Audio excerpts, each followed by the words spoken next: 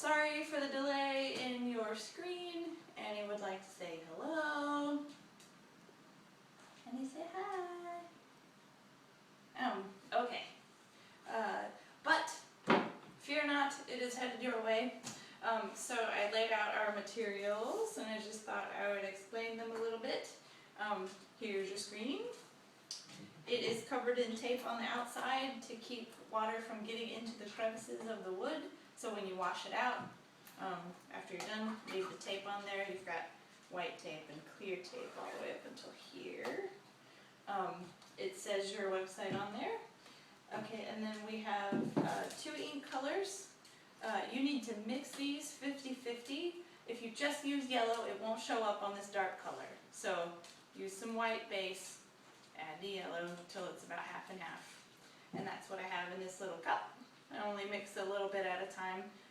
But if you were doing all of your bags, feel free to mix up a larger cup, you know, maybe not the whole thing. Well, if you mix the whole thing, put it in a sealable jar. Okay, so here's the process. Let me make sure I have some notes here. This is a squeegee. You use a squeegee by pulling it across, and I'll show you that. I think that's everything. This is our cardboard to stick in there so that it supports the letters and so that you can read all the letters. So that's our first step. We're going to roll this guy over. I assume you want on the back, but feel free to screen on whichever side you wish. We're going to slide our supporting cardboard into the bag on the top of the top gusset, just like that. So it's nice and flat. Make sure the straps are pulled out and that you have, it's just super flat. Okay. And then I've made 2 tape marks to match up with where your straps come if you want to get it dead center. And so if I wanted to print, you know, this first line I printed by lining up just like this, and then lining up against the stitching line here. And then with the second print, I lined up even higher. So I'm going to print above that even, and just move it up a little, and it won't be as precise, but just so that you don't see the letters on top of each other.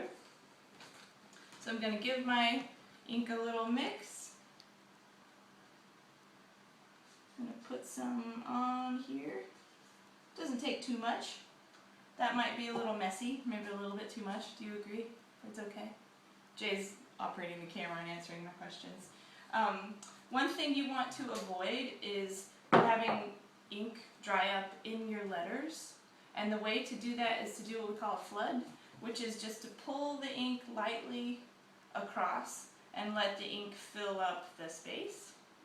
So you'll want to press, or you want to float it like above it. Mm-hmm. Okay. Sorry. Jay comes from a much more technically sound background than I do. You want to pull it above your bag, float it,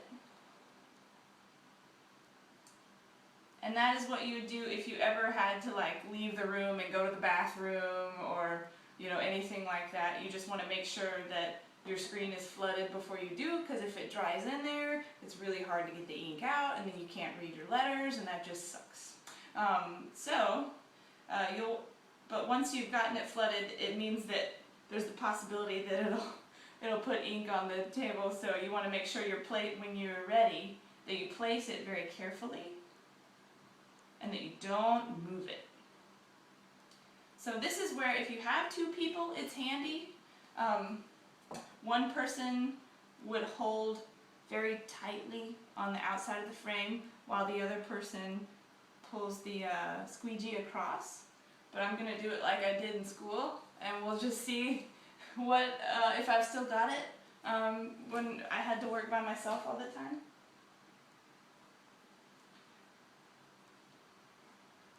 So you want to give lots of pressure and pull tightly across.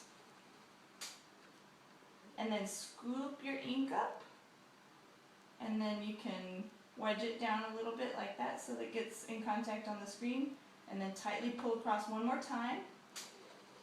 I'm pushing real hard. And then I'll put this to the side here. Carefully lift up by anchoring it on one side so that it's good to go. That looks like I did a pretty good job. Now, this is one of those times when I'm going to put this screen to the side, so I'm just going to flood it. Make sure that ink is touching all of those, and then I'm going to put it to the side here. And so this is the first round we did, and we didn't use cardboard. So you couldn't really read it, and it was really lumpy, and this R you can't even read. This is the second time when we pressed the ink through several times, like 3 times, and then the screen slid, like I didn't hold it down enough. And this is the last one, which I think is pretty good.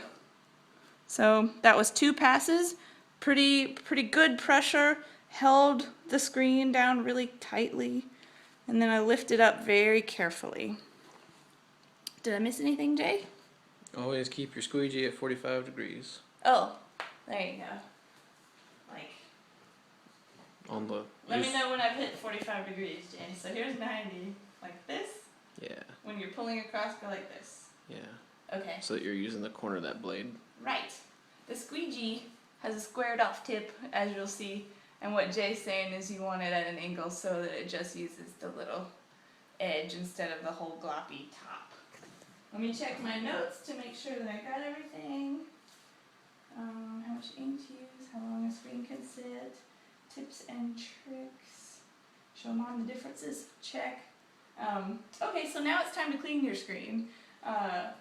What you're going to want to do is pull your ink off of there as much as you can, and keep in mind it's like anything that touches that now will get yellow on it. I'm just going to put the ink back in my cup for later, and let's head on over to the bathtub.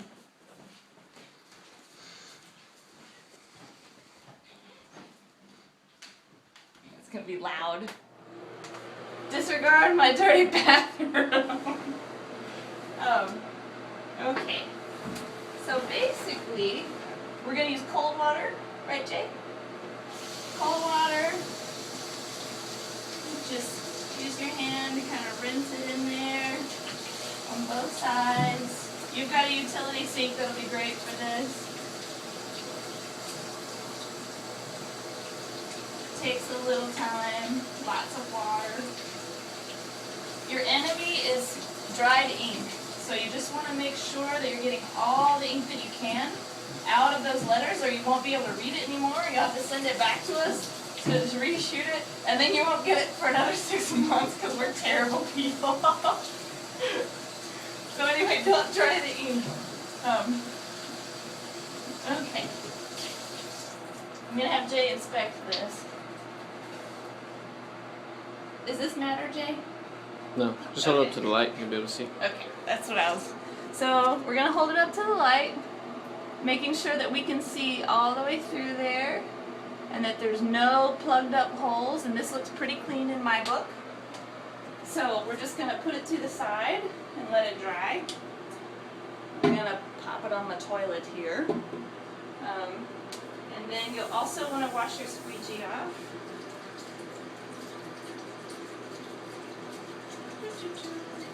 Just run your fingers over it with cold water again.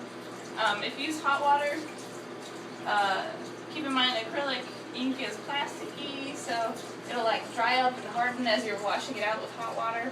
That's why you always use cold. Okay, so this guy you'll want to dry. Did you guys learn to not do it like that and to always hang it? Is that how you did it? Fibers just taught us to be sloppy printers. You just want to protect that edge. Right, so if you don't have a hook that you can hang it on, your next best thing is to prop it like that so that the rubber doesn't get damaged, because as soon as that flat line of the rubber is compromised, it won't make a good print. Okay, so this has to be fully dry in order for you to go back to printing. So you can towel it off and put it in front of a fan. If you do choose to use a hairdryer, you don't want to use it on a hot setting. You just want to hold it about this far away, right? Like this far, Jay? Mm-hmm. And then just kind of let it do its thing. If you do it any closer, you won't be able to reclaim this screen and use it later. So you won't be able to clean it out and reshoot another image because the heat, let me turn this loud thing off, the heat from the hairdryer will have set the emulsion in there really hard and it'll be hard to wash out. Okay, I think that's it. If you have any questions, let me know. And I'm gonna show you Jay real quick. Oh wait, there he is. Hi! Okay. Alright, bye, love you.